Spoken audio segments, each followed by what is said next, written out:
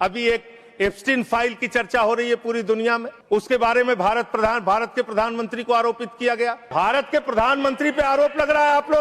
आप लोग उस आरोप का जवाब नहीं देना चाहते। Prime Minister Modi very well, actually. But I got to know if you fight, I'm going to put 200% tariffs on each of your countries, which essentially makes you not allowed. You can't. जब Epstein file का मामला मैंने देश की संसद में उठाया तो भारतीय जनता पार्टी के सांसद बहुत उत्तेजित हो गए। आखिर इतना घबराए क्यों एप्स्टीन फाइल का नाम लेने से? क्या ऐसा कुछ है उस एप्स्टीन फाइल में जिसके कारण प्रधानमंत्री नरेंद्र मोदी इतने ज्यादा दबाव में है कि ट्रंप से उन्होंने एक ऐसी ट्रेड डील की जो भारत के करोड़ों लोगों के खिलाफ है? क्या ऐसा है उस एप्स्टीन फाइल में जिसको प्रधानमंत्री छिपाना चाहते हैं कि एप्स्टीन से 14 बार मुलाकात की है हरदीप पुरी जी ने? क्या वास्तव में गोदी मीडिया के रहते हुए आप मोदी से लड़ सकते हैं? पिछले कुछ वक्त से अंतर्राष्ट्रीय मंचों पर भारत की किरकिरी होने की बातें हो रही हैं। कहीं विदेशी नेता बयान दे रहे हैं, कहीं मीडिया में सुर्खियां बन रही हैं। आज इन्हीं आरोपों और सवालों को समझते हैं आप सांसद संजय सिंह की जुबानी। जी हां, 200% टैरिफ और ट्रंप का दावा। ऑपरेशन सिंदूर के बाद डोनाल्ड ट्रंप के कई बयान आने लगे। हर बयान में उसने बार बार यही कहा कि उसने युद्ध रुकवाया। और अब ये नया जो वीडियो सामने आया है, इसको देखिए। डोनाल्ड ट्रंप साफ साफ कह रहे हैं कि उन्होंने मोदी जी पर कैसे दबाव डाला। और यही नहीं, जब वो कह रहे हैं उसी मंच पर शहबाज शरीफ भी बैठे हैं और उनका मुस्कुराता हुआ चेहरा सब कुछ बयान कर रहा है। That war was raging. Planes were being shot down, right? And it was Pakistan and India. And I got on the phone with both of them, and I knew them a little bit. I knew Prime Minister Modi very well, actually. But I got to know Pakistan through a little trade. They were trying to make too good a deal, and I got a little upset with them. And in the end, they got what they wanted, right? And they made a good deal. When I heard that they were fighting, I picked up a certain newspaper. I won't tell you which one because it's fake news generally. But I picked up this newspaper and I saw that Pakistan and India were really going at it. And then it got worse and worse, and many planes were shot down. It was all out. And I called them and I said, listen, I'm not doing trade deals with you two guys if you don't settle this up. But I said, if you fight, I'm going to put 200% tariffs on each of your countries, which essentially makes you not allowed, you can't do any business. One of them, I won't say which one, said, no, can't do that. They both wanted to fight. But when it came to money, it's not like money. When it came to losing a lot of money, they said, I guess we don't want to fight. And we solved that deal in 2-3 days, right? And we did. We said, these are two very powerful nations, these are two nuclear nations. और इसके बाद विपक्ष फिर आवाज उठा रहा है, क्या भारत की विदेश नीति इतनी कमजोर हो गई है कि कोई भी नेता मंच से ऐसे दावे कर दे और दिल्ली खामोश रहे? यही सब लोग विपक्ष के कह रहे हैं कि दिल्ली, मोदी इस पर खामोश क्यों है। सरकार की ओर से आधिकारिक प्रतिक्रिया सीमित रही है।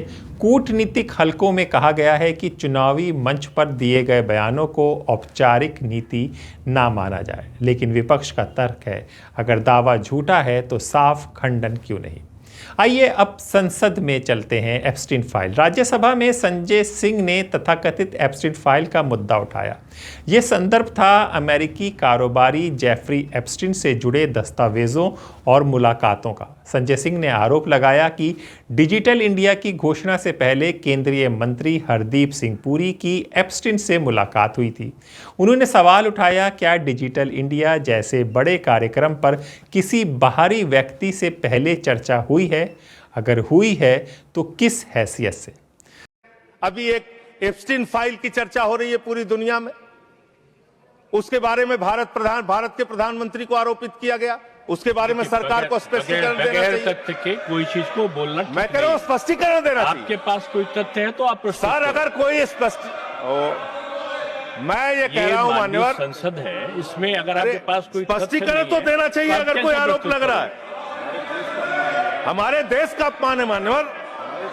इनके बोलने के बाद मैं आपको समय देता हूं। आप कैसा काम करना चाहते हैं? खत्म होने से बाद देता हूं। अरे भाई इसके बाद आपके भारत के प्रधानमंत्री पे आरोप लग रहा है, आप लोग उस आरोप का जवाब नहीं देना चाहते। भारत के प्रधानमंत्री पे आरोप लग रहा है, नहीं, तथ्य के आप जवाब बगैर नहीं देना होगा तो चाहते? आप नहीं लगा सकते। तथ्य के विपरीत अगर आप बोलेंगे तो आपका ये चीज नोट नहीं किया जाएगा। मुलाकातों की संख्या पर विरोधाभास। सार्वजनिक रूप से 4 मुलाकातों की बात कही गई है। उन्होंने, हरदीप पुरी ने हर मीडिया में, हर गोदी मीडिया में जाकर इंटरव्यू दिया है और प्रेस कॉन्फ्रेंस जो की है उसमें कहा है 3 से 4 मुलाकातें हुई हैं, जबकि अमेरिकी रिकॉर्ड में अधिक मुलाकातों का जिक्र बताया गया है। अगर संख्या अलग है तो सही क्या है, ये एक सवाल है। जैन साथियों, जब एप्स्टीन फाइल का मामला मैंने देश की संसद में उठाया तो भारतीय जनता पार्टी के सांसद बहुत उत्तेजित हो गए, नाराज हो गए, हल्ला मचाने लगे। और उसके बाद देश के प्रधानमंत्री आए, उन्होंने आम आदमी पार्टी पे हमला किया, अरविंद केजरीवाल जी पे हमला किया, मेरे बारे में तमाम टीका टिप्पणी की। आखिर इतना घबराए क्यों एप्स्टीन फाइल का नाम लेने से? क्या ऐसा कुछ है उस एप्स्टीन फाइल में जिसके कारण प्रधानमंत्री नरेंद्र मोदी इतने ज्यादा दबाव में है कि ट्रंप से उन्होंने एक ऐसी ट्रेड डील की जो भारत के करोड़ों लोगों के खिलाफ है? क्या ऐसा है उस एप्स्टीन फाइल में जिसको प्रधानमंत्री छिपाना चाहते हैं? उनके मंत्री हरदीप पुरी जी ने एक प्रेस कॉन्फ्रेंस करके कहा कि उन्होंने 3 से 4 बार मुलाकात की है एप्स्टीन से। लेकिन जो अब खुलासे सामने आए हैं उसमें निकल कर यह आ रहा है कि एप्स्टीन से 14 बार मुलाकात की है हरदीप पुरी जी ने, और उस वक्त भी मुलाकात की है जब वो किसी सरकारी पद पर नहीं थे, यानी भारत सरकार के किसी पद पर नहीं थे, उस दौरान उन्होंने मुलाकात की है। और आपको जानकर हैरानी होगी कि डिजिटल इंडिया भारत में 8 महीने के बाद आता है, लेकिन डिजिटल इंडिया के बारे में जानकारी हरदीप पुरी के पास, जो ना कि मंत्री थे उस वक्त, ना ही किसी सरकारी पद पर थे, उनको पहले हो जाती है। सरकार 8 महीने बाद डिजिटल इंडिया लेकर आती है। यह कैसे हो गया? यह तो देश की संप्रभुता के साथ धोखा है, यह तो देश के साथ विश्वासघात है।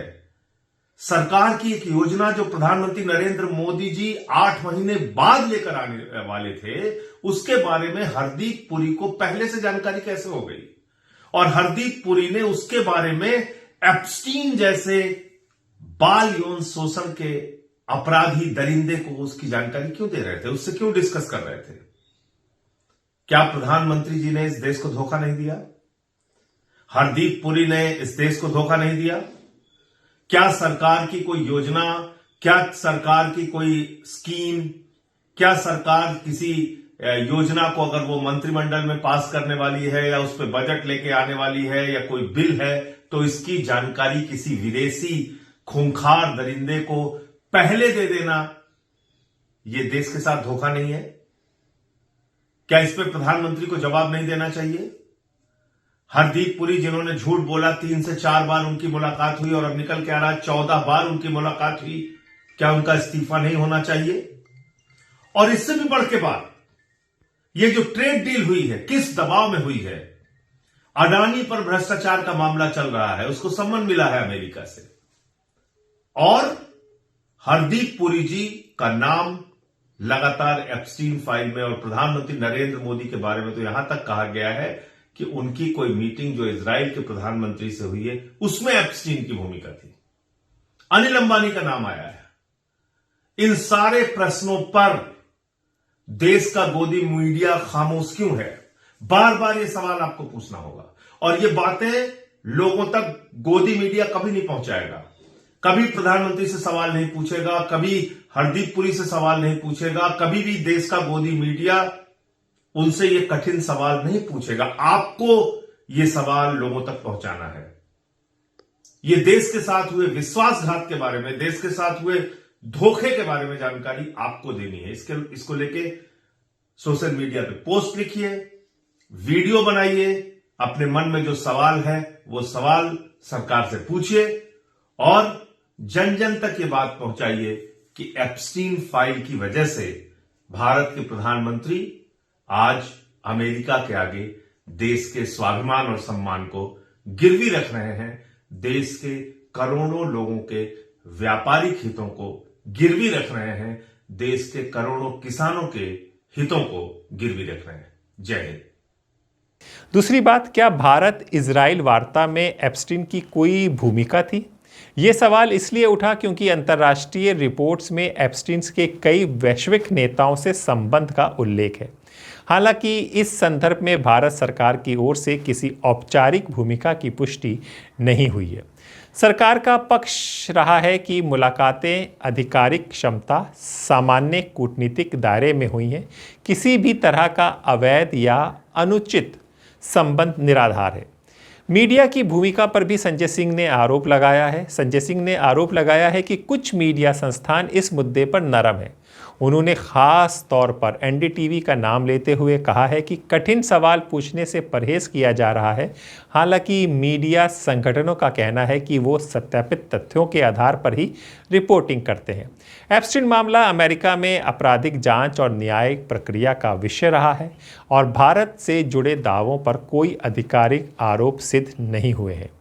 नमस्कार, जय हिंद साथियों। पिछले दिनों जो कुछ भी घटित हुआ उससे मन बहुत विचलित है, परेशान है और ये कई बार मैं सोचने के लिए मजबूर हो जाता हूं कि क्या वास्तव में गोदी मीडिया के रहते हुए आप मोदी से लड़ सकते हैं? जिस प्रकार से गोदी मीडिया न सिर्फ मोदी सरकार के गुनाहों को बचाने का काम करता है, मोदी सरकार के अपराधों पर पर्दा डालने का काम करता है, बल्कि उस पर बेशर्मी और फूहड़ता के साथ उनके पक्ष में खड़ा हो जाता है। कोई भी अपराध सरकार करे, कुछ भी गलत करे, फूहड़ता के साथ, बेशर्मी के साथ उनका साथ देना है। यह गोदी मीडिया की भूमिका हो गई है। मैं आप लोगों से हाथ जोड़कर अपील करना चाहता हूं कि इस गोदी मीडिया को जगाना होगा। कोई हिंसा करके नहीं, कोई बदतमीजी करके नहीं, बल्कि अपने मुद्दे उन तक पहुंचाइए और देखिए कि क्या आपसे जुड़ा हुआ मुद्दा वो अपने टीवी चैनल पर डिबेट करते हैं। आपसे जुड़ा हुआ मुद्दा, आपकी जिंदगी से जुड़ा हुआ मुद्दा, क्या उस पर वो अपने टीवी चैनल के ऊपर भारतीय जनता पार्टी के प्रवक्ताओं से सवाल पूछते हैं? इसको देखिए, क्योंकि पिछले दिनों एक मामला आया एप्स्टीन फाइल का। ऐसा दरिंदा जो बच्चियों के साथ बलात्कार न सिर्फ करने में बल्कि दुनिया के बड़े बड़े लोगों को शामिल करके महिलाओं का, बच्चियों का शोषण करने के मामले में उसका नाम सामने आया, जिसमें हरदीप पुरी जो मोदी सरकार के मंत्री हैं उनका भी नाम सामने आया, मोदी जी का भी नाम सामने आया कि उसने कोई मीटिंग इजराइल के प्रधानमंत्री से उनकी फिक्स कराई थी, अनिल अंबानी का भी नाम सामने आया। पूरी दुनिया में एप्स्टीन फाइल को लेकर विरोध हो रहा है, प्रदर्शन हो रहा है, इस्तीफे हो रहे हैं, बड़े बड़े लोगों के खिलाफ जांच चल रही है, उनकी गिरफ्तारियां हो रही हैं। लेकिन भारत में गोदी मीडिया ने सारी हदें पार कर दी है। आपने देखा होगा जो अडानी का टीवी चैनल है एनडीटीवी, उसकी एक पत्रकार है, वरिष्ठ पत्रकार पद्मजा जोशी जी, किस बेशर्मी के साथ वो एप्स्टीन का बचाव कर रही है। वो कह रही हैं एप्स्टीन भले ही बच्चियों का शोषण करता था, भले ही बलात्कारी था, भले ही गुनहगार था, भले ही ऐसी खबरें आ रही हैं कि वहां इंसानों के मांस खाए जाते थे, लेकिन बावजूद इसके वो पावर ब्रोकर था। ये तर्क है पद्मजा जोशी का। कल कोई लोग कहेंगे कि दाऊद इब्राहिम भले ही वो मुंबई बम कांड का दोषी है, देशद्रोही है, लेकिन वो लोगों की मदद भी करता है। भले ही ओसामा बिन लादेन एक आतंकवादी था, खूंखार आतंकवादी था, लेकिन वो तो 5 वक्त की नमाज भी पढ़ता था। ऐसे तर्क देंगे। इस देश को बर्बाद करने में बहुत बड़ी भूमिका गोदी मीडिया की है। इसलिए गोदी मीडिया से आपको सवाल पूछना पड़ेगा अपने मुद्दों पर। क्या रोजगार के मुद्दे पर गोदी मीडिया कोई बहस करते हुए आपको दिखती है? क्या महंगाई के मुद्दे पर कोई सरकार से सवाल पूछते हुए दिखती है? क्या बजट जो हिंदुस्तान का 2%, शिक्षा पे, स्वास्थ्य पे 2% का बजट आया, इस पर क्या उनका सवाल सरकार से नहीं बनता कि आप इस देश को अशिक्षित रखना चाहते हैं, स्वास्थ्य की बदहाली में रखना चाहते हैं, बेरोजगार रखना चाहते हैं इस देश को? कभी आपने देखा ऐसे सवालों पे बहस करते हुए? क्या बहस होती है? सिर्फ हिंदू मुसलमान। सिर्फ आपस में लड़ाओ, आपस में झगड़े फसाद पैदा करो। एक टीवी चैनल पे अभी मैंने देखा कि उस पे जानकारी दी जा रही थी कि कौन मुगल शासक समलैंगिक था नहीं था। बाबर के बारे में प्रमाण दिया जा रहा था कि वो समलैंगिक था। ठीक है, आप कार्यक्रम दिखाइए, बहुत अच्छी बात है, इतनी गंभीर गंभीर जानकारियां आप देश को दे रही हैं। लेकिन आप एप्स्टीन जैसे खूंखार दरिंदे का, राक्षस का बचाव कैसे कर सकते हैं जो पद्मजा जोशी ने किया? तो आज से मैं आप लोगों से अनुरोध करूंगा, कोई नफरत की बात नहीं बोलनी है, कोई उग्रता की बात नहीं बोलनी है, बल्कि अपने मुद्दे गोदी मीडिया को पहुंचाओ और इन पे नजर रखो कि ये आपके मुद्दे उठा रहे हैं या नहीं उठा रहे हैं। अंतर्राष्ट्रीय मंचों पर दिए गए बयान अक्सर चुनावी या राजनीतिक संदर्भ से होते हैं। एप्स्टीन से जुड़ी फाइलें वैश्विक स्तर पर कई नामों को सामने लाती रही हैं, लेकिन हर मुलाकात अवैध गतिविधि का प्रमाण नहीं होती। विदेश नीति और आंतरिक राजनीति का टकराव अक्सर संसद में सोशल मीडिया तक फैल जाता है।